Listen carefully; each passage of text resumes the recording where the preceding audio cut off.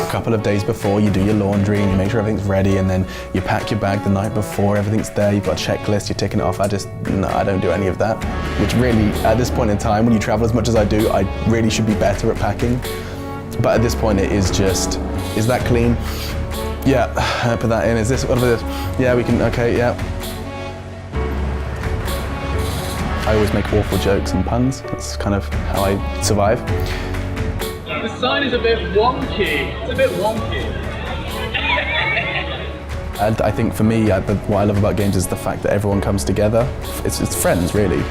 And it took my mum a long time to understand that. When I was like, no, these are my friends, seriously.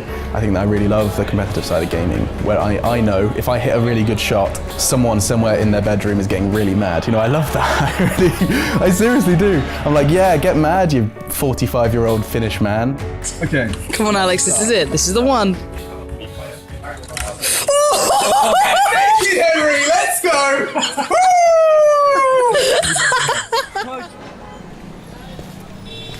Before university, I was commentating Call of Duty 4 Pro Mod. Stopping damage being done to them. Comedy He's gonna be succeeds there. Oh, Duffer! Excuse my language, I didn't even say it, but still, Duffer. Deagle across the map. Like, exclusively just for fun. It was actually with Lauren Pansy, who's still in the scene. It starts with playing COD 4 mostly, going to events, my team knocking out his team, him being very sad about it all. It was a bunch of nerds sitting around playing games in this small LAN. And, you know, not in a professional capacity. We didn't get paid for it, bearing in mind. Me and Alex were commentating together. And we went to a couple of LANs. We actually commentated a LAN before I officially went to ESL and, you know, had to wear actually serious clothes and be a serious human. They eat pears here. This is what the natural habitat of the caster. They eat pears and tea. From there, ESL UK happened to be in the same city as my university. So I just kind of messaged them and said, if you need anything, like build a stage, sell a product, be sales, put on a polo shirt and hand out leaflets, I'll do it just to hang out. I built stages, that was fun. I did like a League of Legends event where I had to dress up as Teemo and throw squeaky toys into the crowd. I mean, like anything I could do, right? From ESL UK, they then, ESL headquarters, which is based in Germany, were like, hey Alex, would you be interested in taking a full-time position? Which is actually almost, I think primarily because Lauren Pansy kept pushing. So much love to her. We still play games all the time. Alex moving to Cologne was something that I wouldn't say I instigated, but I would have probably taken blame for if it went wrong. So I was that friend who kind of nudges people in that direction. Because Alex was in uni, he'd done all of that, and you know, Joe Miller, who's now my boss, Red Eye, who's the stage host for the event here at ESL 1 Cologne, these were the kind of pillars of what people looked at for real traditional casters. And I remember all of them coming back saying, this guy's got natural talent, he deserves a chance, pick him up, hire him.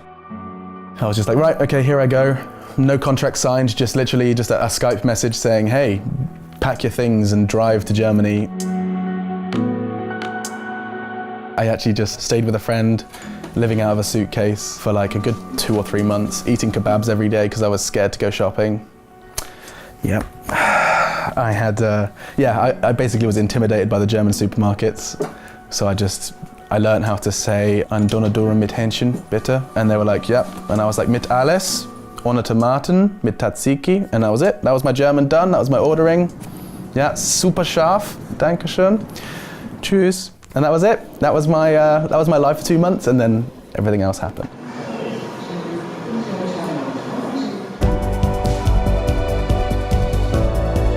I think it was myself with the commentators that I grew up listening to and wanting to work with. Back then, he definitely needed some guidance, but Alex is a guy that learns really quickly, and you only have to really tell him once, don't do it this way, do it this way, it'll work out better. Alex progressed over a course of 1 or 2 years faster than most people usually do.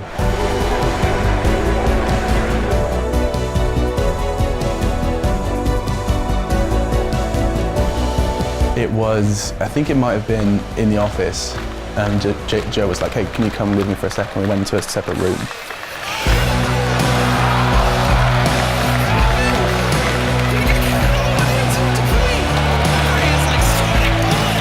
Alex, you know, was at ESL, was working with us, and I thought that Alex had this potential of being the next big desk host. I personally don't think Alex thought that he couldn't do it. And he was like, so how would you feel about hosting Katowice? I think Alex had a lot of nerves.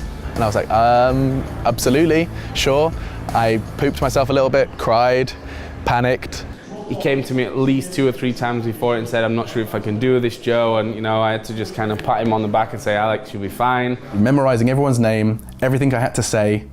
And of course, the first time I did it, I spoke far too fast. It was like, hello, welcome to Katowice. This is gonna be amazing. Counter-Strike is coming up now. This is gonna be fantastic. Here's Spencer, Hico, Martin, Kasper, Katie, and Müller. Let's get into it. This is gonna be fantastic. This is the major. There's 100,000 on the line, 250,000 on the line. And it was just this blah, blah, blah.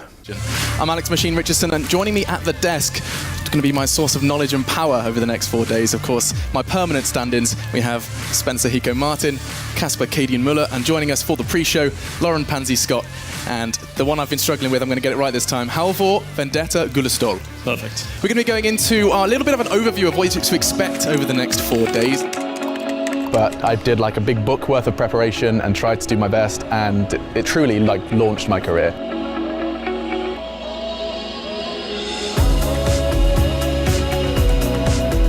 Probably, if I look back at everyone that I know in esports, I think Alex may just have made that change better than anyone else I know. And I remember afterwards, Joe, slightly jolly, but he was never someone that would necessarily kind of regularly pat you on the back.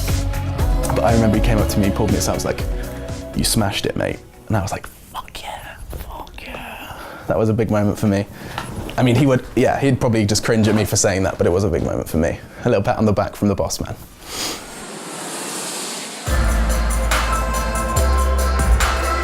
There's a term in English called sonder. The definition is basically the realization that everyone in the world has a life as complex as your own. And I get that a lot when I'm traveling. When you start, you meet these people, the person that's driving you, the person who's interviewing you, they're the same people that have these lives in a world that you rarely get to explore. It's awesome. My job is to create a framework for discussion that is interesting to both viewers and to the people involved. Casters just have to go and say hello and goodbye, and that's it. But as a host, I have to understand how the show's going to run, how it's going to be structured. You have to be able to understand people and the characters you have on the desk. You have to be able to smile even though you don't want to smile, which, I mean, this is a real one, but not all of them are. Sometimes you'll be having a bad day or something that's, you've had, what life happens, and you still have to be the smiley man behind the desk.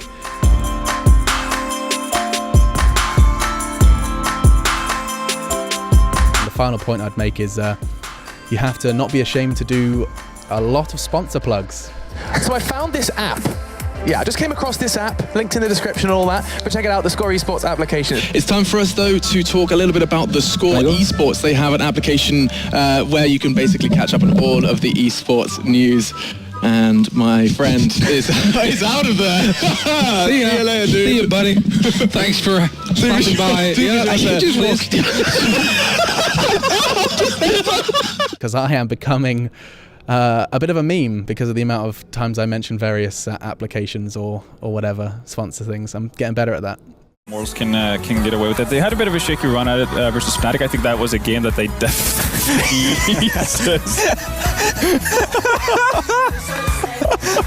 How big is your mouth, dude?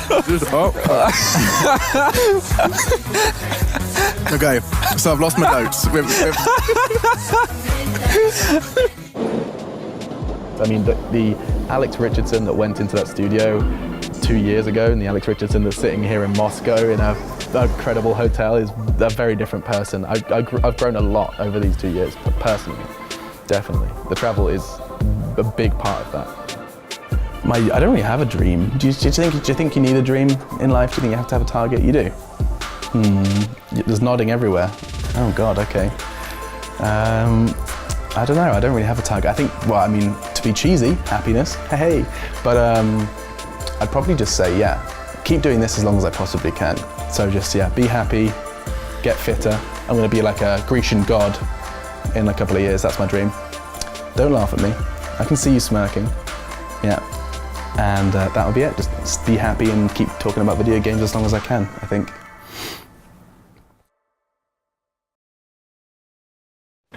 So this is a once in a lifetime opportunity.